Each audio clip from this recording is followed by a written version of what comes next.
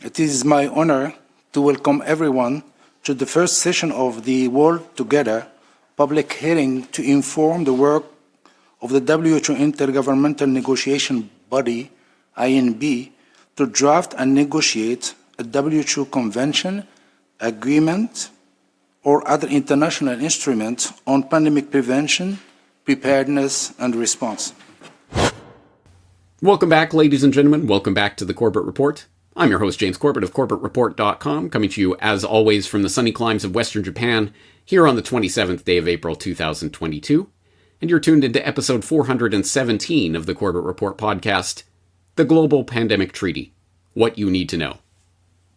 Now, as I'm sure everyone in the audience is already well aware, that was Dr.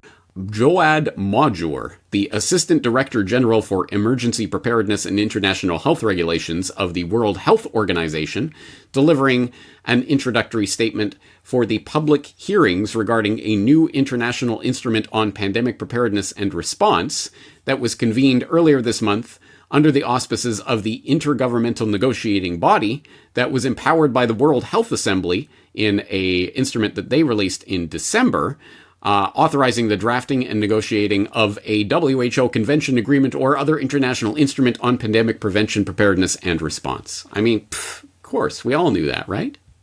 Well, maybe you didn't know that, but as I will argue today, it is very much to our detriment that we do not know the details of what is going on, what is already happening with regards to the formation of a new global pandemic treaty that will be forwarded under the umbrella of the World Health Organization and is slotted to be at least on the table and proposed before the World Health Assembly by 2024. And as I say, the public hearings have already commenced. You might have missed them, but they are available online. Specifically, a live stream of the April 12th and 13th first round of public hearings regarding the draft negotiations for this pandemic treaty were already broadcast and are available for viewing on the Intergovernmental Negotiating Body's website at inb.who.int, link in the show notes, along with everything else, of course.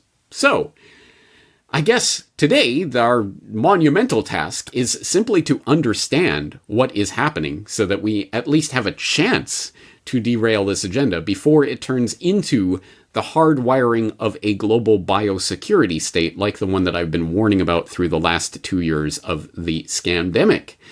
And that is a tall order because they do not make it easy to understand what is happening, how it is happening, what form it will take, what the ramifications of what may or may not be going on may or may not be. It is very confusing. So today I'm going to lay it out as simply as possible. Here's what we know. Here's what we don't know. Here's what form this may or may not take. Here are the potential implications, not only for you and your health and your bodily autonomy, but for the health of the global public generally. A pretty tall order, so let's get to work, roll up our sleeves, and start, weirdly enough, at the start. Namely, at the beginning of that first day of live stream of the first round of public hearings on this draft negotiation that was held on April 12th, right after that opening statement by Dr. Modjour, we were then introduced to the opening remarks for the entire process by none other than WHO Director General, Dr. Tedros Adhanom Ghebreyesus. Dear colleagues and friends, good morning, good afternoon, and good evening to all of you, and thank you for joining us today for this very important discussion. The COVID-19 pandemic is the most severe health crisis in a century. More than 6 million lives have been lost, countless livelihoods destroyed, health systems disrupted, already vulnerable people pushed into poverty, and the global economy plunged into its deepest recession since the Second World War. And although we are now seeing a welcome decline in reported deaths, the pandemic is still far from over. Transmission remains high. Vaccine coverage remains too low in too many countries, and the relaxation of public health and social measures is creating the conditions for new variants to spread. Our focus must remain ending the pandemic, in particular by supporting all countries to vaccinate 70% of their population with priority on the most at-risk groups.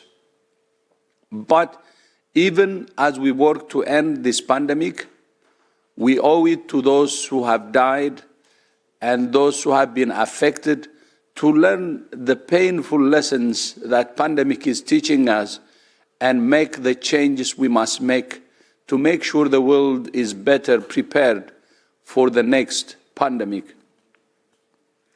The fact is, COVID-19 has exposed serious gaps in the global health security architecture. The inequities that we have faced in the past 2 years for therapeutics, diagnostics, and vaccines have undermined our efforts to bring COVID-19 under control. For instance, even as some high-income countries now roll out forced doses of vaccine for their populations, 1/3 of the world's population is yet to receive a single dose, including 83% of the population of Africa. My friends, shared threats demand a shared response. Or, as the title of the World Health Assembly decision says, a world together. And yet, the pandemic has been marked by a patchwork of different and sometimes contradictory responses, causing confusion, division, inequity, and stigmatization. Underpinning this chaotic picture is a governance that's complex and fragmented. The international health regulations provide a vital legal framework for responding to the global spread of disease. But the pandemic has exposed shortcomings in the application and implementation of the IHR that I believe are best addressed with a convention, agreement, or other international instrument.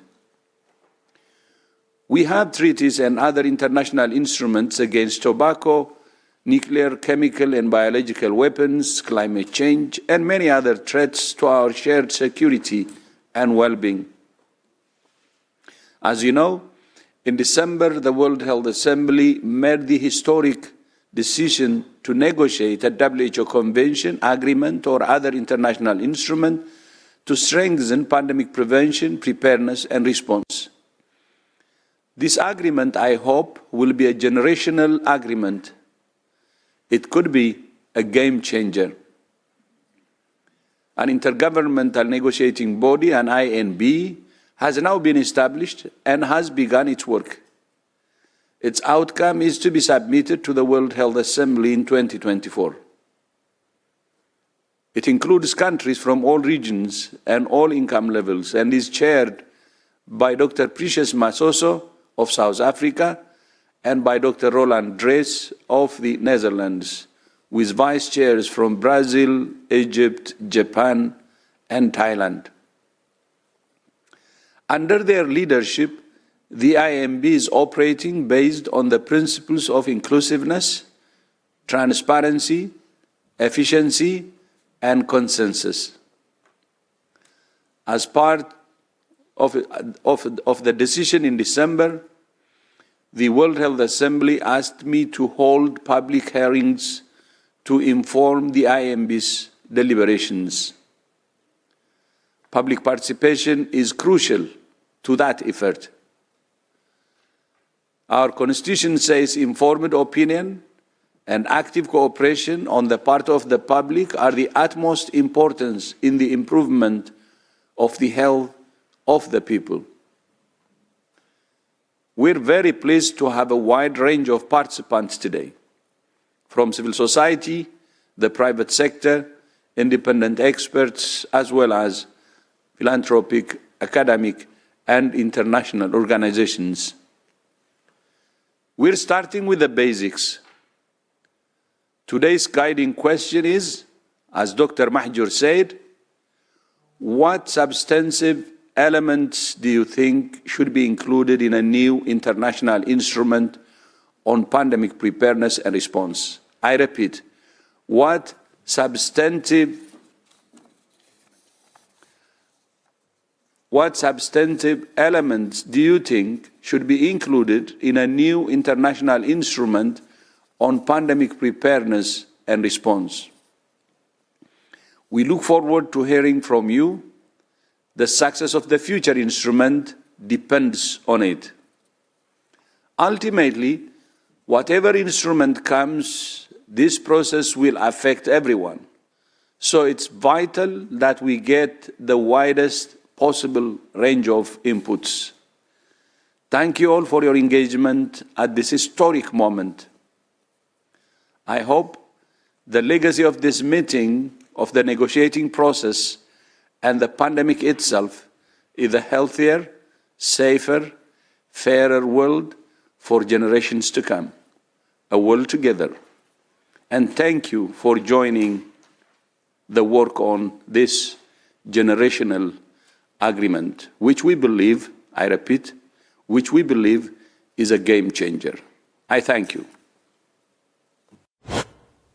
As I say, that was WHO Director General Dr. Tedros, as he's often referred to, giving the opening remarks at the public hearings for the new Global Pandemic Treaty earlier this month. And as I say, the entire live stream is up on the inb.who.int webpage, at least as I record this here in late April of 2022. I expect it will not be up there forever, so if you're truly keen on it, I would suggest now is the time to watch and or download these live streams for posterity.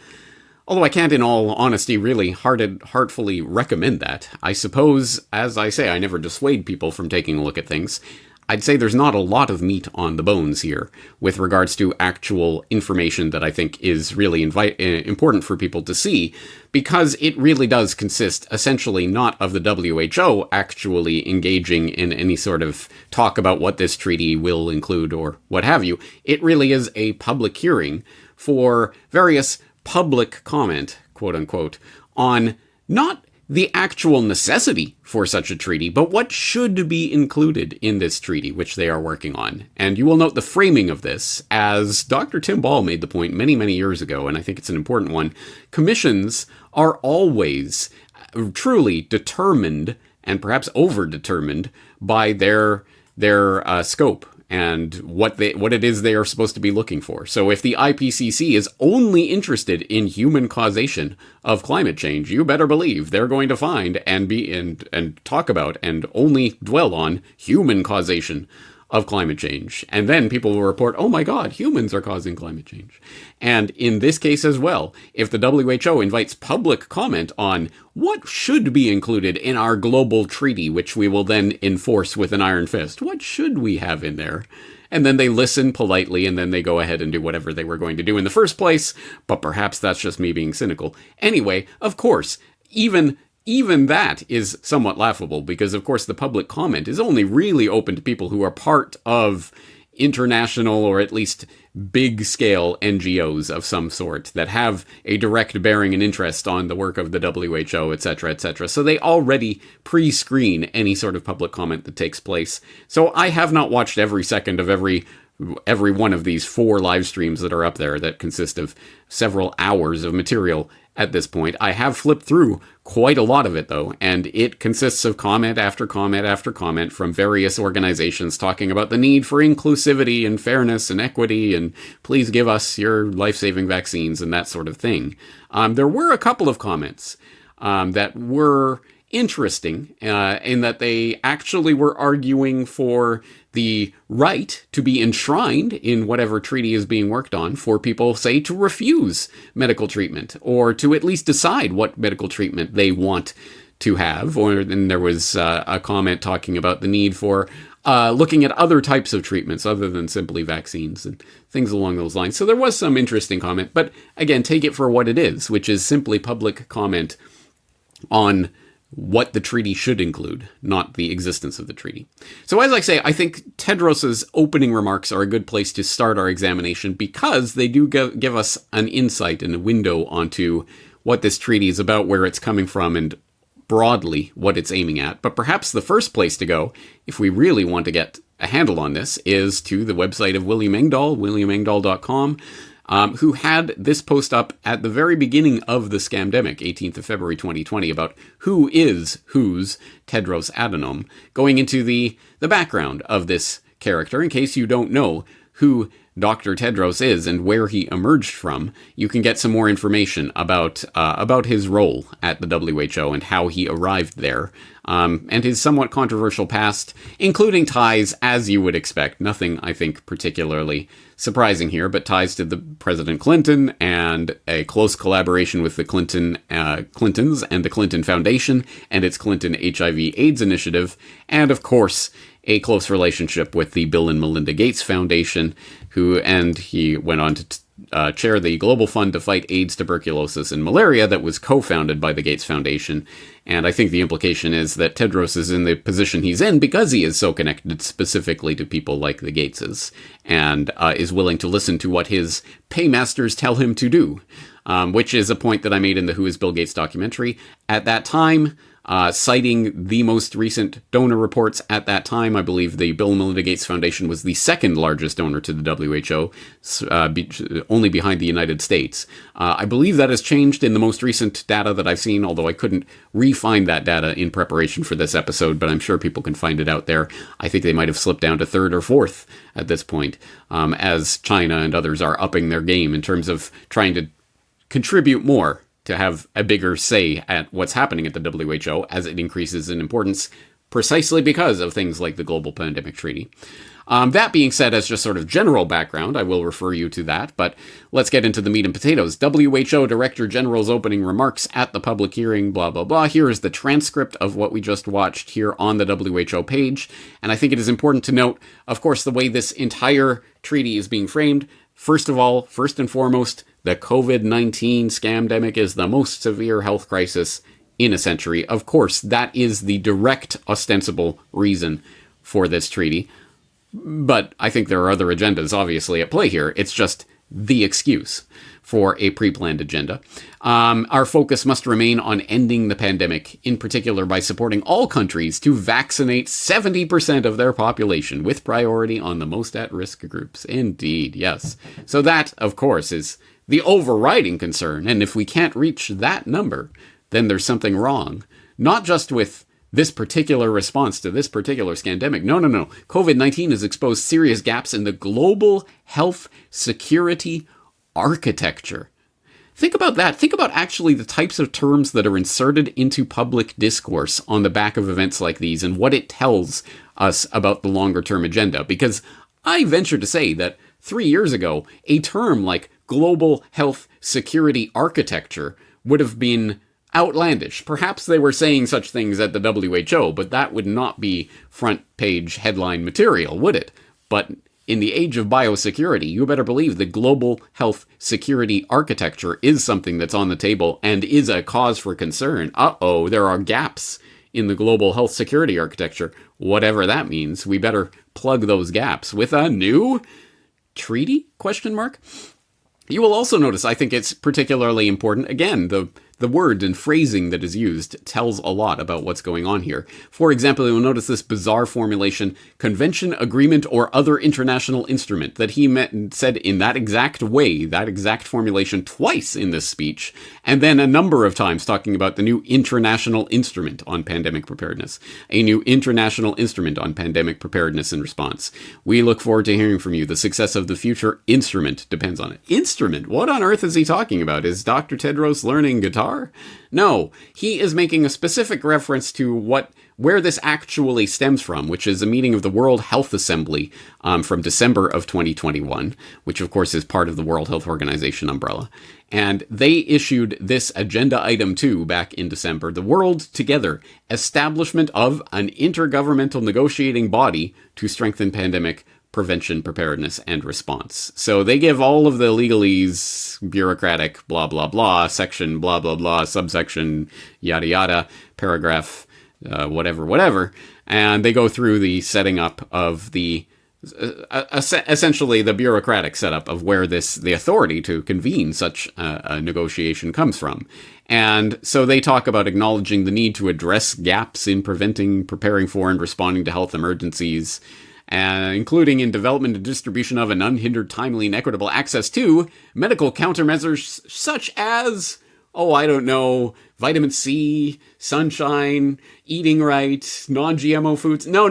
Oh, sorry. No, vaccines, therapeutics, and diagnostics, right? Okay, so mRNA injections and remdesivir and PCR tests, right? That's essentially what they're talking about. We need to wire that into the global health security architecture, which, oh, by the way, exists, is a thing, as the kids say.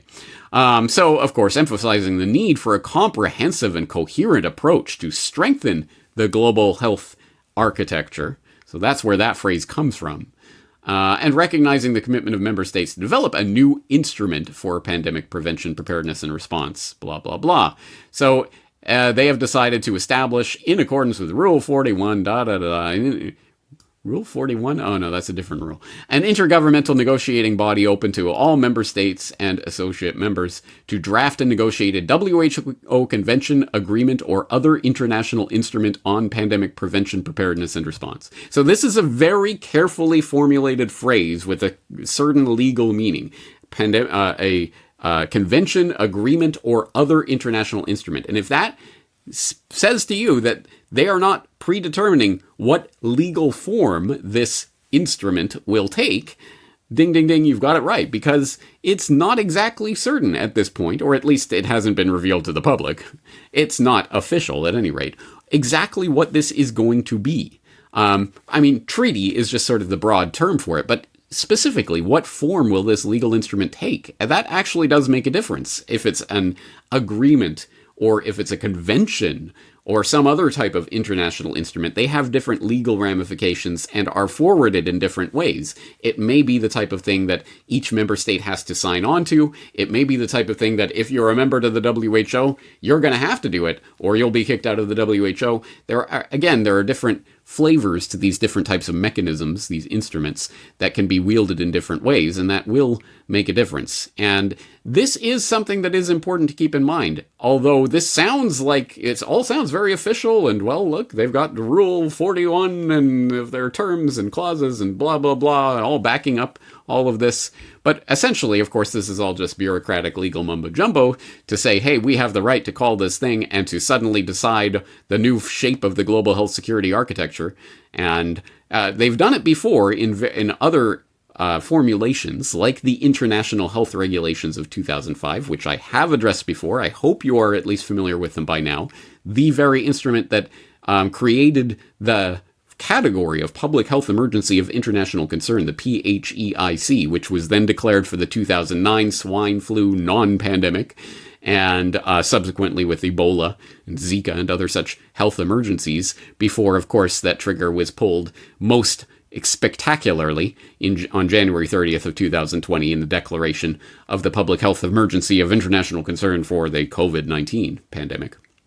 So that's one example of how the biosecurity infrastructure can be hardwired in these global agreements which take place. There was fanfare in the World Health Organization circles back in 2005, but no one outside of those circles really had any idea what was going on, and probably to this day still don't understand how important that was in setting up the infrastructure for what we've just seen play out over the past 2 years. That gives us some idea of a precedent for what is taking place right now, but not quite the right idea, because as a subsequent speaker at that live stream, the principal legal officer for the World Health Organization, Stephen Solomon, goes on to note, this particular intergovernmental negotiation body is essentially without any, or only has one precedent in all 75 years of operation of the World Health Organization, and on something of, well, tangential or perhaps not even relatable a subject matter. The Director General, the distinguished INB co-chair, Madame Matsotso, who we have just heard from, and my colleague, Dr. Major, have already spoken eloquently about the value of these public hearings. I'd like to make just 2 points. First, these public hearings draw their title, The World Together, from the title of the decision of the World Health Assembly resolution which mandated them. In the mandate, for this public hearing, as Co-Chair Matsoso has just reminded us. All 194 member states of WHO stressed that this principle of solidarity, the world together, should guide efforts to develop the new pandemic instrument. Accordingly, WHO looks forward to contributions from all sectors, public and private, from all interested institutions, NGOs, IGOs, universities, and more, and from all those with an interest in our guiding question today. Second, let me offer a brief caveat and a kind request. This type of truly global public hearing is new. It doesn't happen often, not within the UN system, not at WHO. In fact, in the 75-year history of WHO, a hearing something like this has happened only once. That was 22 years ago, when WHO held its very first public hearing for the negotiations which resulted in the only WHO convention to date, the Framework Convention on Tobacco Control. So, while there's a 22-year-old precedent for these public hearings, it's limited and it's dated. There was no Zoom then. There wasn't even Twitter then. Twitter, in fact, was established in 2006. We've checked. So fast forward to today, April 12th, 2022. We now have Zoom, and we have global live web streaming, and we have online interpretation in 6 languages. And we, the Secretariat, have been working to put that together in a way that works, and also in a way that helps ensure a diversity of viewpoints, of experience, and of knowledge, as well as a balanced geographical representation and gender balance. So here's the caveat. That's a lot of new and a lot of moving parts. So please bear with us during any hiccups, and most of all, please keep supporting the principle that, as the DG said, informed opinion and active cooperation on the part of the public are of the utmost importance in the improvement of the health of the people. Thank you very much, and back to you, Dr. Major. Once again, that's Stephen Solomon of the WHO and some of his introductory remarks to the recent public hearings on the treaty, reminding us that this is really only the second time in the entire history of the World Health Organization that a meeting of this sort has taken place. It is a pretty interesting thing that is happening right now, almost without precedent. Although there are some things that we can look to in the past that might give us a hint, a flavor of what may be contained in some sort of international instrument like this one. Namely, back in 2005, as I have had cause to mention several times now, the World Health Organization passed an amendment to the International Health Regulations, which is part of the core of what the WHO is and which all member states do sign up to abide by. And those amendments from 2005, which I will link up the actual document here that goes into some degree of detail about what was being changed and in what way, but they created something called the Public Health Emergency of International Concern, which it helps if you can spell correctly, which was a specific legal category that they created in order to initiate certain things. Certain contracts and procedures would be initiated on the declaration, and it sounds like a very official thing, but in the end, it really comes down to the World Health Organization Director General being a dictator,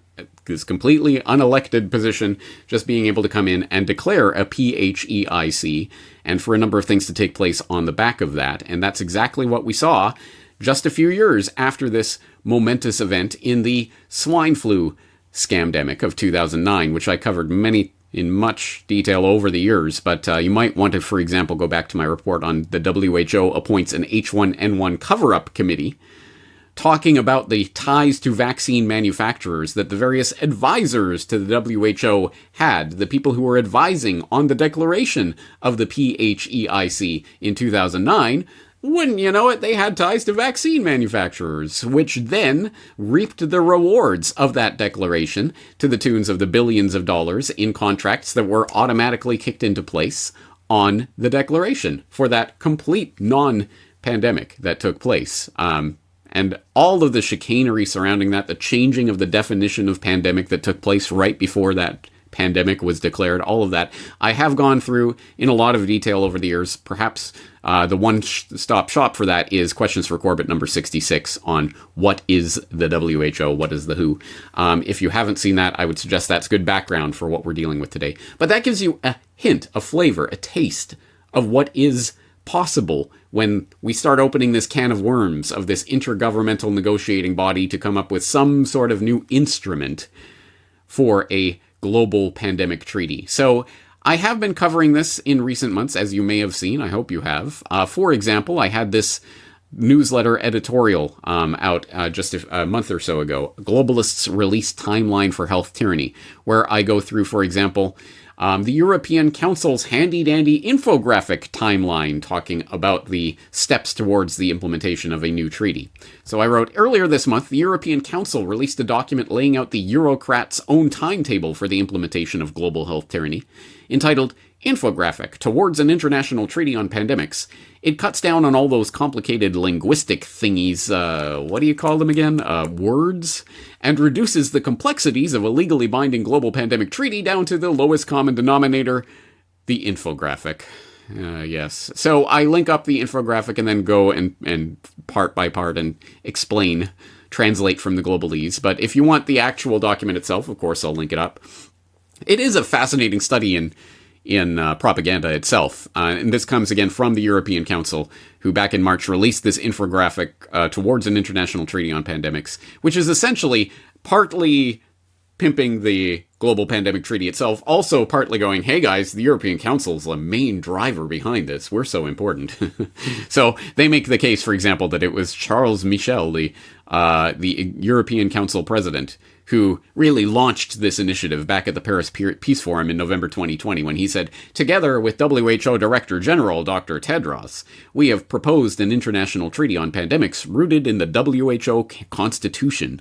We need to create an environment where every scientist, health worker, and government can band together for a common cause, working together to build new solutions to protect what is most precious, our health and our lives. Indeed, yes, stirring words that will go down in the history textbooks as the most important words ever uttered by a European Council president, right? Anyway, a historic move. This is only the second time in WHO history that its governing body, the World Health Assembly, met for a second time in the same year. And as I go on in my article to point out, trivia, do you know what the other time that happened was? They don't actually even tell you here. They're just saying this is the second time. The first time was, yeah, you better believe it, back in 2005, 2006, when they ratified the International Health Regulation Amendments, and they appointed the new Director General of the WHO at that time, Margaret Chan. So they had two special World Health Assembly meetings in that year as well. Interesting.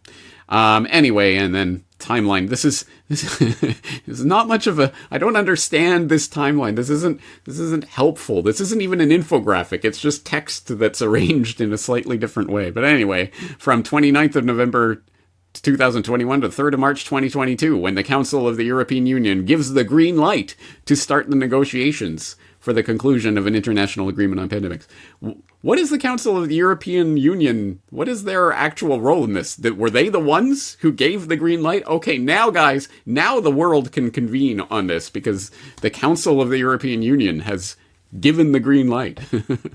It's just self-evident nonsense. Anyway, what are the potential benefits of an international agreement on do you want to finish that sentence? Anyway, political engagement at leaders level and global inclusivity via a new legally binding agreement. Blah, blah, blah, feel good, buzzword blather. Legally binding agreement is in bold there. Rooted in the WHO Constitution. Not that pesky constitution of your nation-state government. No, the WHO Constitution, which of course will override that. In a legally binding agreement, and don't you forget it. Improved equity, yay, established principles, priorities, and targets. Sharing of monitoring data, genetic data, samples, technology, and their associated benefits. Benefits for whom? For the technocrats? Yeah, you better believe it. Strengthened national, regional, and global resilience. Who could be against that? I like resilience. And a One Health approach that connects the health of humans, animals, and the planet. That's interesting. What One Health approach? What does that mean? It sounds like bureaucratic buzzword nonsense, but in fact, it actually has quite a pedigree. So I will throw in this from the Tropical Medical Infectious Disease Journal back in 2019 when they had the One Health approach. Why is it so important? That is brought to you by an objective, neutral source. John Mackenzie of the Medical Center in Western Australia, Faculty of Health Sciences, Perth, yeah. Oh, One Health Platform Foundation. So he's also a member of the One Health Platform Foundation, telling you why the One Health approach is so important. Anyway, it goes through the history of this phrase and how it's used, but I think this infographic basically tells the story, the picture of what is being painted here. I think it's fascinating to look at the way these words come embedded with assumptions that themselves are part of a much broader agenda. And this one, like we could look at some of the terminology that became au courant in the age of the War on Terror and the formation of the Department of Homeland Security and that concept of Homeland Security back in the War on Terror paradigm. Now we're in the biosecurity paradigm. So One Health is going to be one of those buzzwords that mean a very specific thing, essentially trying to take as much of not just human activity and existence on the planet, but every living organism's health and existence on the planet and putting it under this rubric of health so that it can then become wedded into the health security architecture, which is now also being embedded in our lexicon. Oh, health security, One Health security that must be presided over by an institution with teeth.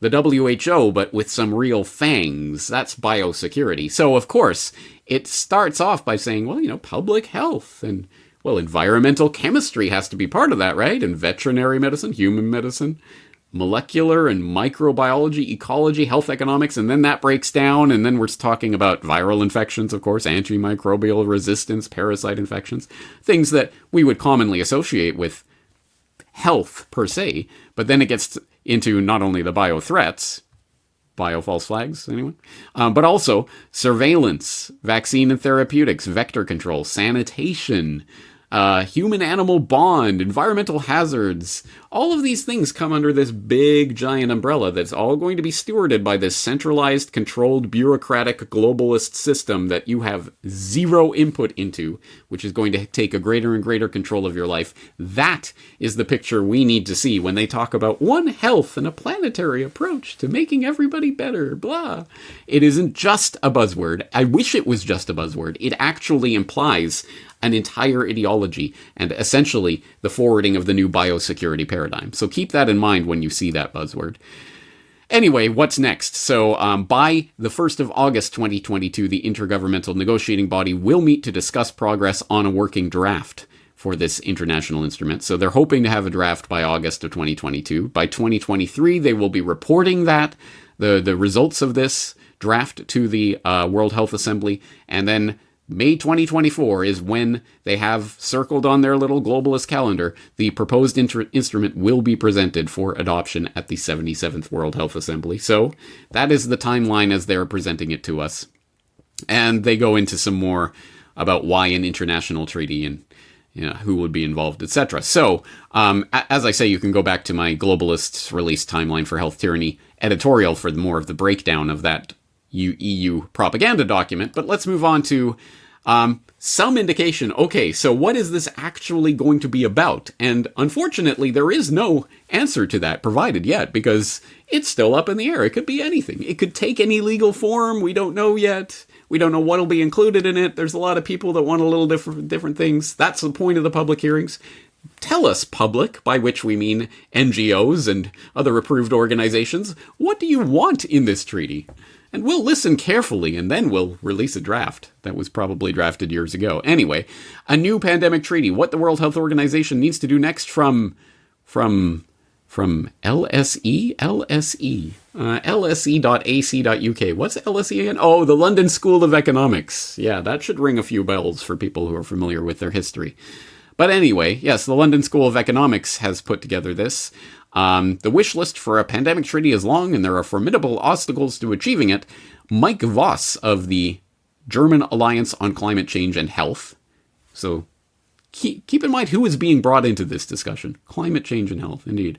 Clara Wenham of London School of Economics, and Mark Eccleston Turner of King's College London, and Rithika Sangameshwaran and Bianca Dettering of CLUG, the German Alliance on Climate Change and Health, look at the challenges involved. So this is definitely coming from a certain perspective, and they start to go through what may be involved in this treaty, whatever form it takes. And they outright say the justification for a pandemic treaty is that whilst the technical expertise on how to govern and end a pandemic exists, really? Citation needed. But anyway, the political will to do so is missing. So this is the heart of it. This, of course, isn't about the actual science of public health. No, this is about the politics of public health and the setting up of the infrastructure for a global health security architecture. Don't forget that. This has nothing to do with making people healthy. This has everything to do with strengthening globalist institutions. So, they go on to say that a shared understanding of the problem that needs to be fixed is a lack of clarity and coherence on the specific problems the treaty aims to resolve, risks rendering it futile. The IHR, the International Health Regulations that I was talking about before, failed to prevent COVID-19 becoming a global pandemic, somehow or other. Multiple contraventions included presumed limitations on sharing of information of infectious disease outbreaks, framing the problem. There wasn't enough information sharing. That's what, did I tell you? The implementation of travel and trade restrictions, despite the WHO not recommending them. The WHO didn't tell you to lock down and didn't tell you to do this, so you shouldn't have done it. And now that would have prevented the whole COVID-19 scamdemic somehow, right? I don't know. And a failure to follow the other temporary recommendations issued by the WHO IHR Emergency Committee.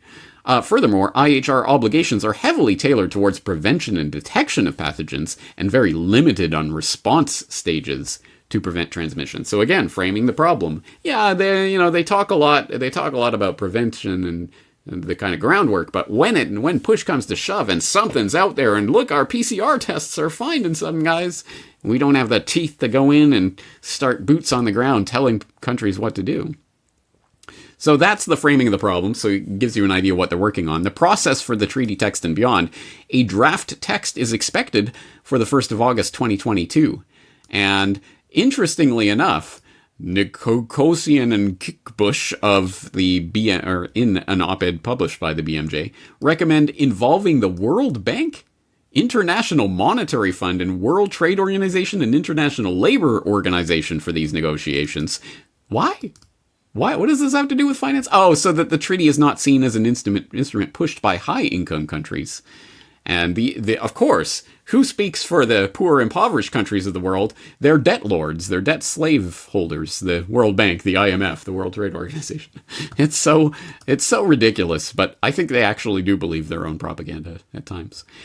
So here's a real important question. The instrument form. What form will this instrument take? The treaty is expected to be modeled as a framework convention complemented by additional instruments, protocols, guidelines, or standards for adoption by governance bodies created through the treaty. For adoption by governance bodies created through the treaty. Interesting. Okay, first of all, how do they know this? Who is expecting this to be modeled as a framework convention? I mean, I don't know. What is the citation on that?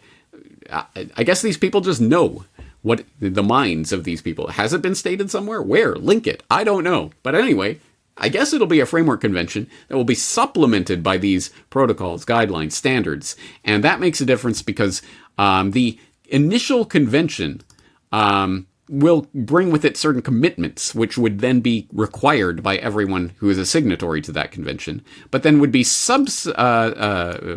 added to by detailed commitments regarding operationalizing these commitments. While a framework convention may seem appealing from a get-it-done perspective, its inability to create a harmonious international legal regime could leave significant gaps. By enabling states to select which protocols within the treaty they wish to be party to, the approach risks states ratifying different elements of the overall treaty package, leading to more fragmentation in global health governance. On the other hand, this may promote a broad consensus to overarching principles and norms, but with national differentiation regarding specific obligations. So here, it's just like, can we get a 100% truly global system that is truly convened and run from World Health Organization headquarters, or will these pesky nation states retain some of their sovereignty over public health matters? Again, just what flavor and how much of globalism do you want is essentially the limits of the debate here. The long list of thematic wishes. So what do they actually want to include in this? Well, again, who is saying this? I mean, again, is there any official source for any of this? It's just what are people saying about what could be in this treaty. But it's the kind of stuff you might expect. Anchoring the treaty in human rights and addressing the principles of the right to health, equity, solidarity, transparency, trust, and accountability. I like good things too. Sign me up for that. So again, it could be, again, just vague language that means anything you want it to be. But I find it interesting. The principle of the right to health. Not the principle of the right to access health services, or the right to decide on health protocols, or the right to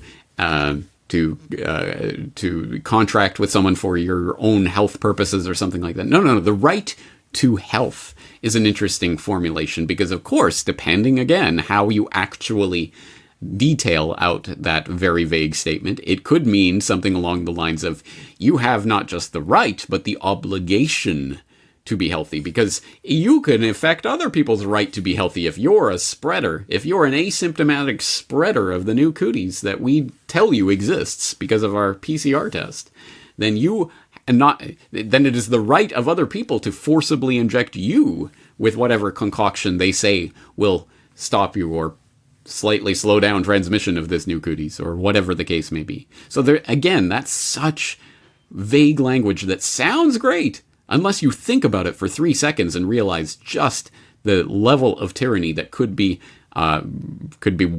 foisted upon the public on the back of that language. Again, using a One Health approach for pandemic prevention. Again, remember, think of that image of the umbrella, and everything is now part of this biosecurity, global health security architecture that they're trying to bring into place. Strong health systems, information and reporting mechanisms, including a better use of digital technology for data collection and sharing, which, again, can have that can mean a lot of different things in a lot of different ways. But once we start thinking about digital data collection and sharing and how that works, well, that plays directly into the very next thing, a reform of the WHO alarm mechanism, the PHEIC declaration process, and travel restrictions. So now, if we combine the data collection and sharing with travel restrictions, and what's the nexus point of this? Oh, that's right, the global vaccine passport system, which is going to be the prize. They're going to try for it. I don't know. Who knows what form this will take and whether they'll achieve it, but you better believe that's going to be something that will be pushed at these negotiations, along with pathogen and genomic data sharing, which is important because, of course, this represents the culmination of what you will recall I was talking about in the Fake News Awards to open up this year. Back in 2019, you'll remember they had this little powwow between Fauci and Dr. Bright and other people talking about universal flu vaccine. And what they were specifically talking about was the ideal future of these new vaccine technologies that they're working on, where eventually you'll just be able to take some sort of genetic code and fire it around the world. People will be able to program it into their mRNA platforms, inject it into people, and bada bing, bada boom, anything that you program, any protein that you want being created in the bodies of millions, billions of people can be flown around the world in the blink of an eye. This is the system they were lusting after. But, these new technologies will take at least a decade to even think about bringing to market, and all these trials and things, unless there was some sort of emergency situation. Which also talks about the idea of the 100-day vaccine, which has somehow or other, it didn't save properly in archive.is. So anyway, I will get you the proper link. But the Guardian was talking about the 100-day vaccine quest recently. And Off Guardian brings the reality check to that. 100-day vaccines are not possible, or let alone desirable. But at any rate, they do go through this talking about the 100-day vaccine idea, which is the 100 days mission. So when disease X, whatever that is, pops up, within 100 days, there's going to be, of the pathogen being isolated, there's going to be a vaccine available to stop the epidemic from spreading. So that's the mission, that's the idea. And what that really amounts to is they'll cook up something that can be detected in PCR tests, and then they'll have the code that will be encoded into the mRNA that will then produce the proteins that they want to produce. Again, that is ultimately what this is about, and this is what they're talking about when they're really talking about pathogen genomic data sharing. Here's the genomic data. Here's the sequence that we have for this new, totally real thing, guys. Honest. And go start putting this into your mRNA platforms and then injecting this in people.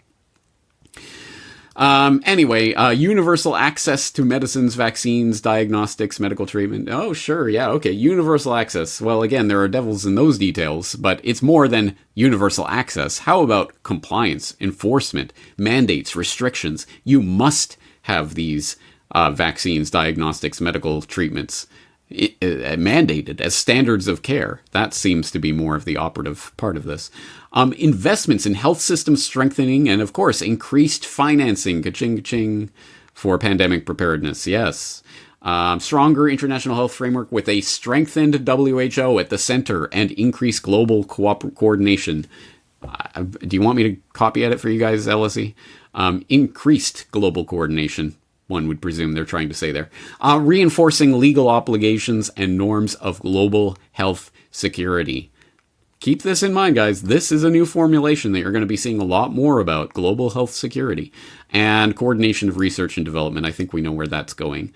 But yes, on the issue of financing for pandemic preparedness, ka-ching, ka-ching. Financing for the treaty could come from the IMF as special drawing rights or from the World Bank in the form of loans.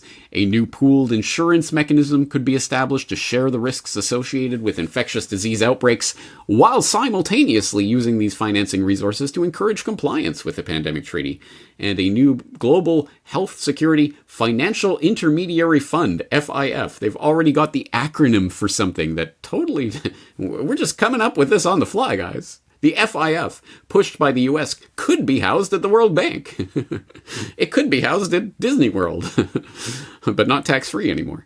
The importance of sustainable financing would also entail an increase of compulsory and voluntary funding, an increase of compulsory and voluntary funding of the WHO by member states, public health taxation, and permanent endowments. This would allow for greater autonomy. Autonomy for whom? Oh, the unelected technocratic bureaucrats of the globalist governance class. Right, their autonomy. I keep forgetting that's what we're supposed to be focusing on. And support independent governance. Independent governance of individuals? No. Communities? Certainly not. Regions? No. Nation states? No. Of the globalist bureaucracy. Independent governance of this globalist monstrosity that's being created by shielding the body from excessive political influence. These are the exact same people that would mouth any platitudes about democracy, man, and, oh, that guy's a dictator, but we practice democracy, and yeah, no, not that kind of democracy. You guys, no, you don't get a say in this. Excessive political influence is the phrase par excellence that describes the technocratic mindset. People have a little bit too much of a say in this system. We need something that's even less accountable to them. Anyway, they say it all in black and white. Open conspiracy. I keep going back to this, but it's so true. However, these discussions, while crucial to the future success of the WHO during a health emergency, are, drumroll please, wait for it, not part of the present treaty negotiations. So what was the point of this entire diversion with the FIF acronym that you came up with for this institution that doesn't exist?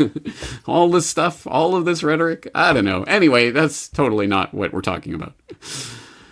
Interesting. But again, these are the things they're trying to insert into the public debate right now. So keep in mind, I mean, look at this stuff from a propaganda perspective. It is implanting ideas in the global public lexicon surrounding the debate regarding this right now.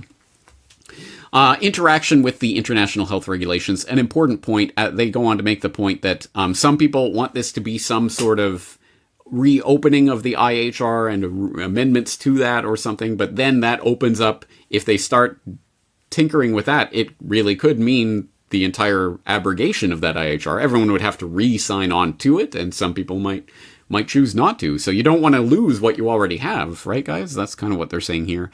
Enhanced response will enhance compliance, where they talk about for this treaty to have teeth, which is what we want, right, guys? The organization that governs it needs to have the power, either political or illegal, to enforce compliance. Yeah, that's what we're all feeling deep in our heart. Man, I wish WHO could enforce their will on the globe. In its current form, the WHO does not possess such powers. World's tiniest violin playing sad song for you. In order to enforce compliance, some commentators have recommended concluding the treaty at the UN level. Well, that doesn't seem to be taking place yet, but at any rate, some commentators. Well, at least they give you a link this time, so you can go check that out in Foreign Policy rag at your own leisure and or peril. But to move on with the treaty, the WHO therefore needs to be empowered financially and politically. And then it talks about some next steps. All right, so this is a pretty thoroughgoing propaganda breakdown of what these guys are just coming up with off the top of their heads. Hey, guys, this could be this. Maybe it isn't.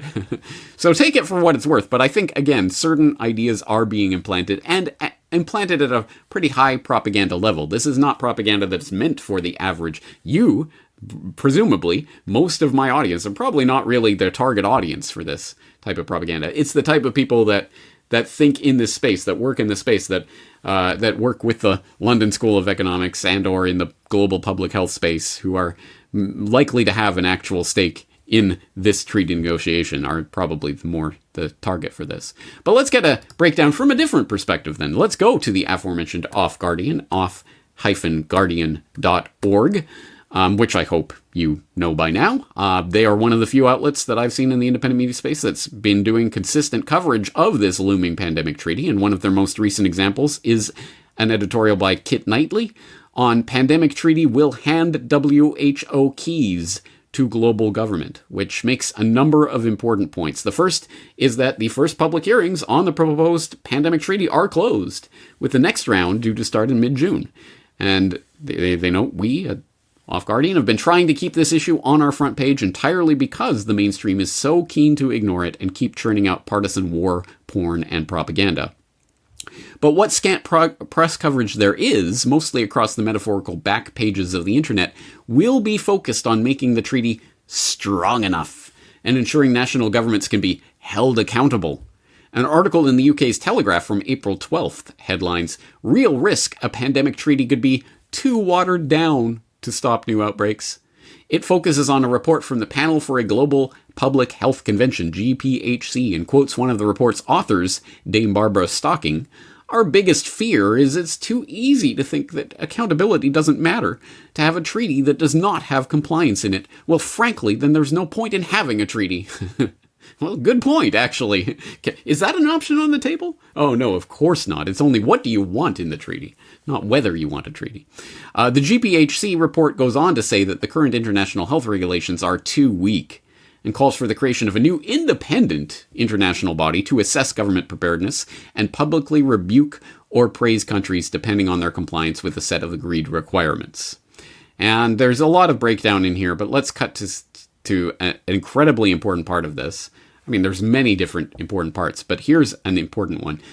The people talking about this treaty also raised the question of countries being punished for noncompliance. Remember what the EU was telling us about this wonderful new treaty and how it's going to be legally binding, and they have to put it, legally binding agreement, put it in bold letters so that you don't miss that. Yeah, they want teeth, as they constantly say here. So the treaty should possess an adaptable incentive regime, including sanctions, such as public recommends economic sanctions or denial of benefits.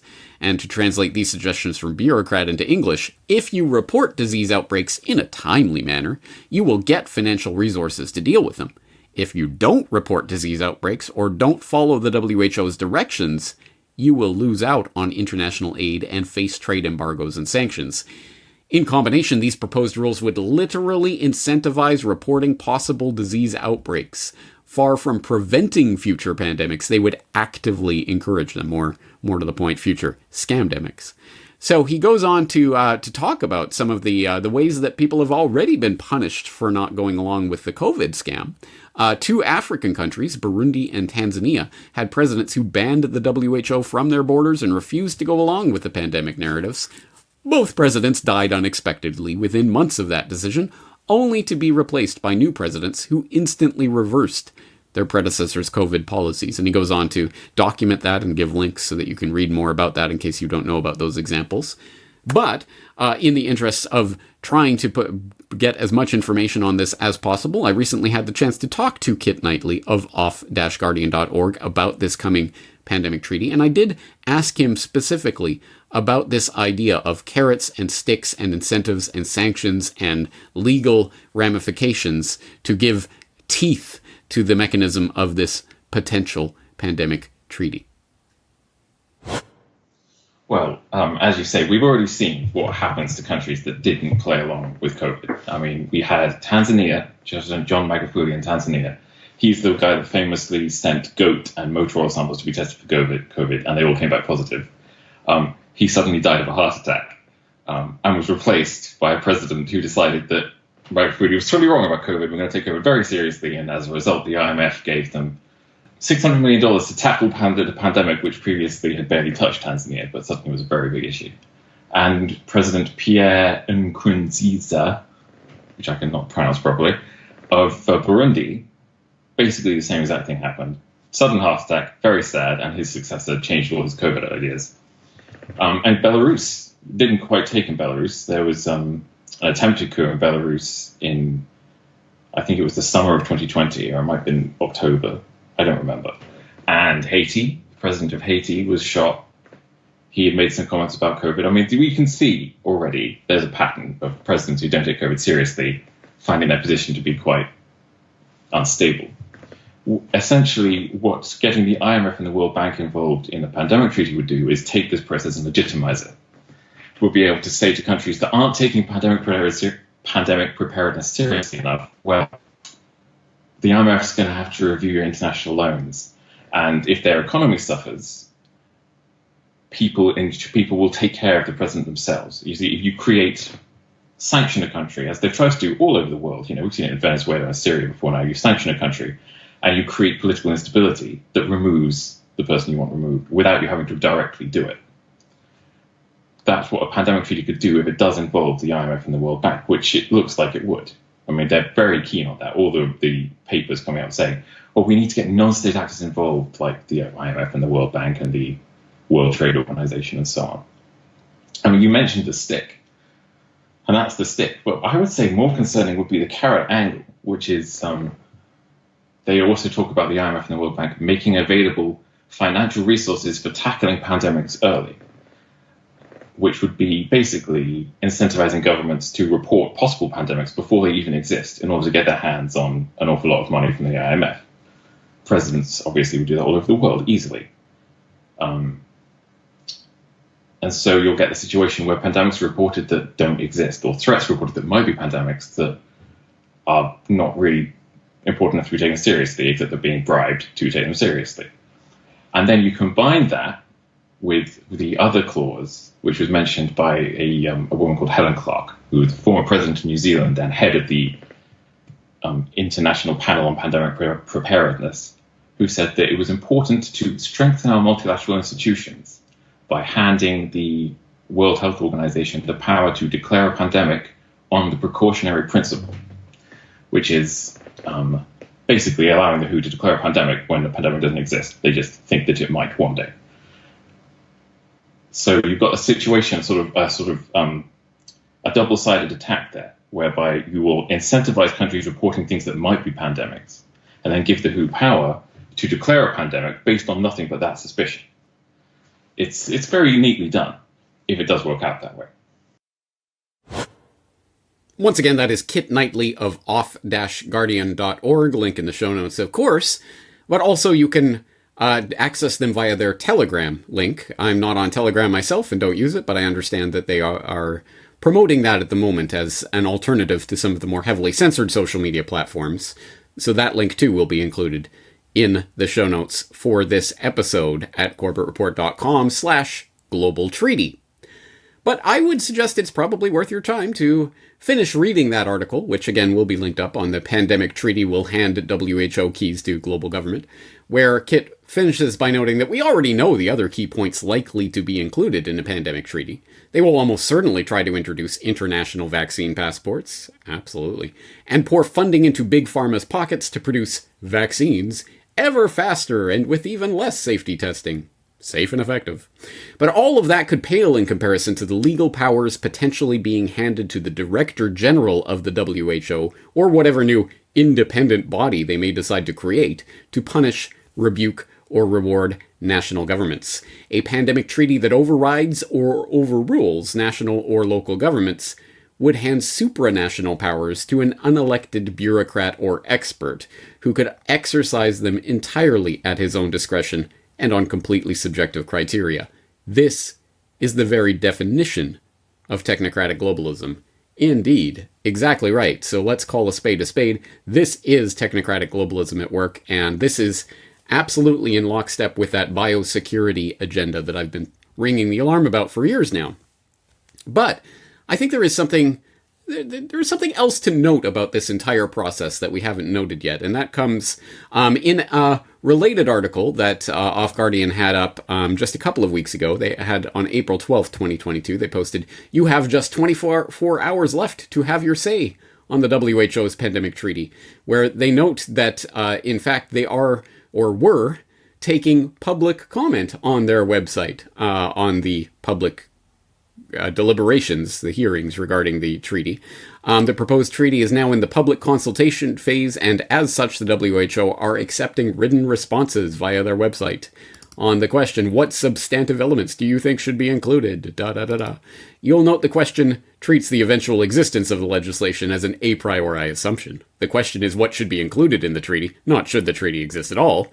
That said, you could still request the inclusion of guarantees on state and individual sovereignty, respect for human rights, legal liability for government officials and or pharmaceutical companies, and all other things governmental bodies have completely ignored for the last 2 years. And at the time that this was posted, it noted that you had about 24 hours left to actually get your comments in. Switching over to that page at inb.who.int/home/written-submissions, public hearings regarding a new international instrument on pandemic preparedness and response written component, where they note that written contributions to the first round of public hearings are welcome from all interested parties, including the general public and all interested stakeholders. Where have I heard that phrase being bandied about lately? Written contributions to the first round of public hearings should respond to the guiding question, which is, what substantive elements do you think should be included in a new international instrument on pandemic preparedness and response, which, as Off Guardian rightly notes, kind of bakes the answer into the cake, doesn't it? Well, there you go. You can't decide if you want a new legally binding international globalist technocratic instrument to guide cement into place global health security architecture. No. What do you want included in that? Honest, we're listening. Please further note that all submissions of written comments are subject to the terms of participation. Terms of participation. Let's just go over there and see what they're talking about. So they do talk about the public hearings and, we're inviting public comment. So content of your participation in any participation in the public hearings, written, spoken, or otherwise, your behavior and contributions must in all cases, 1. Be relevant to the subject matter of the public hearings. 2. Refrain from making any statements unrelated to the topic at hand. And 3. Be presented in a respectful manner, free of any profanity, ad hominem attacks, vulgarity, or other inappropriate language. So, keen observers might note that there's really only 2 stipulations there, because number 1 and number 2 are really the same thing said in slightly different ways. But the long and short of this is, the WHO gets to decide what the topic at hand is, and whether or not your comment addresses it, so they can just say irrelevant. And 2, well, you can't use any naughty words or say anything mean about us. Otherwise, we'll just plug our fingers in our ears. Anyway. And then, of course, full disclosure of all affiliations. You must declare the entity you represent and any other affiliations, engagement, or roles relevant to the public hearings or to WHO. Does my status as a human being count for any of that? I don't know. You understand that WHO is not able to ensure that all interested parties will be able to participate in the public hearings, and we make no guarantee, blah, blah, blah. And then they talk about some of the qualifications for the spoken contributions, which were all NGOs, essentially, and the written component, as well as assigning them rights to any media or anything that you submit as part of your content submission, and you're not going to use the WHO, blah, blah, blah. So, again, given the terms of participation, you must answer our question. Otherwise, it's irrelevant. And our question is, what do you think we should include? Oh, thank you for asking my opinion. Let me tell you. Anyway, that did exist there, at least for some time. And that window for that particular comment period has closed. But it was there. And in fact, there was an interesting hiccup that happened as a result of that, which was noted at the beginning of this pandemic treaty will hand WHO keys to global government article, where they note that when we and others linked to the public submissions page, there was such a response that the WHO's website actually briefly crashed. Or they pretended it crashed so people would stop sending them letters. So they actually got submissions, which is probably a bit surprising. They were probably expecting no one would even pick up on it. No, we asked for public participation and no one showed up. Actually, so many people showed up that it crashed the site, or as they say, maybe they pretended it crashed the site. At any rate, oh, sorry, we couldn't take any more submissions. It's gone. Which I think speaks to at least part of the potential towards redirecting this from the self-evident problem that is being formed here to the solution or solutions that offer themselves to us in regard to this.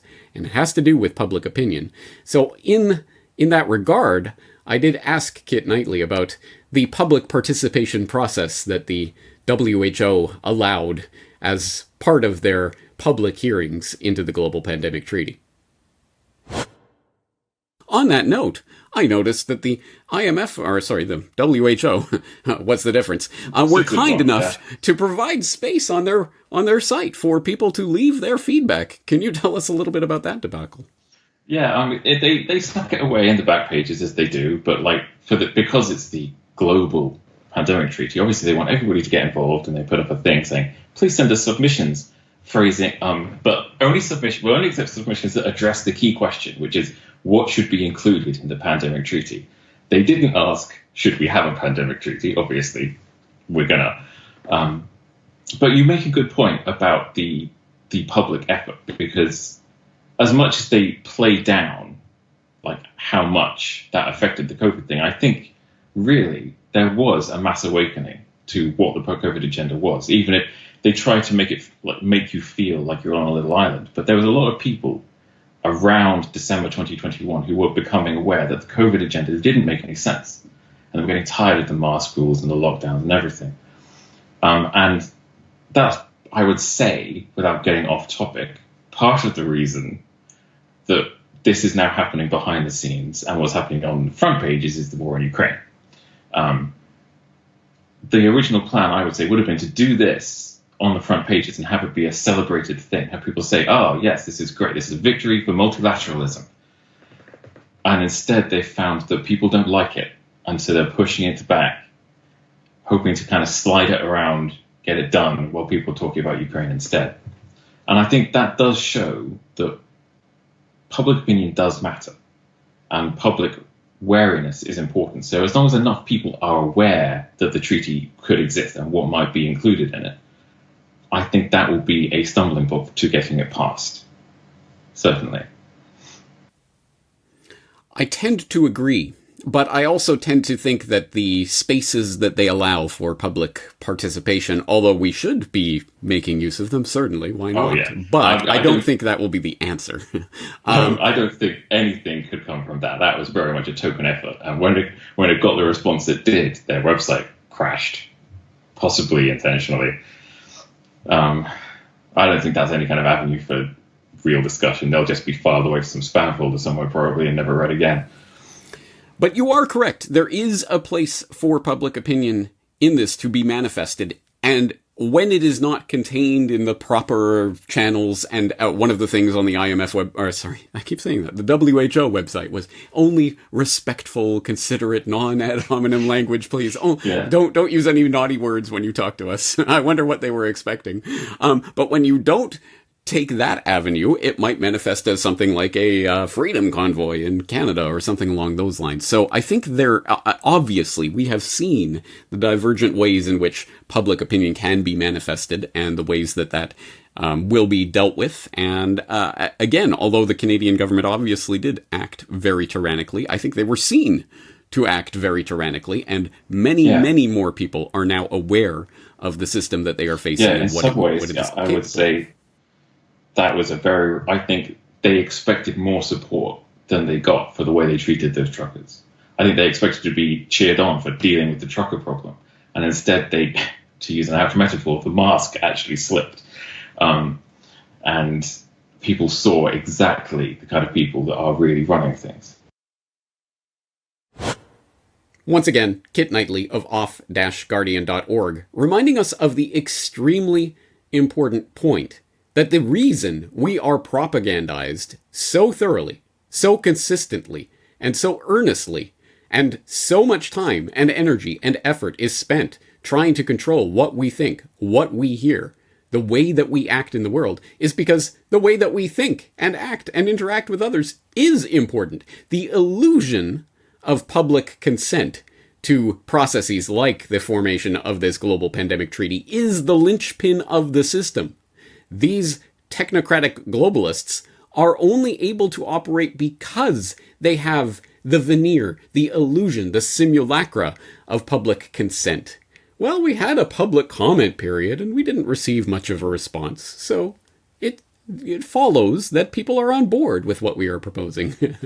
And unfortunately, 99 times out of 100, that is enough for most people to, if they ever even encounter something like this, to go, oh, well, I guess, whatever, there was some public comment. I didn't hear about it. I didn't care. So I guess most people don't.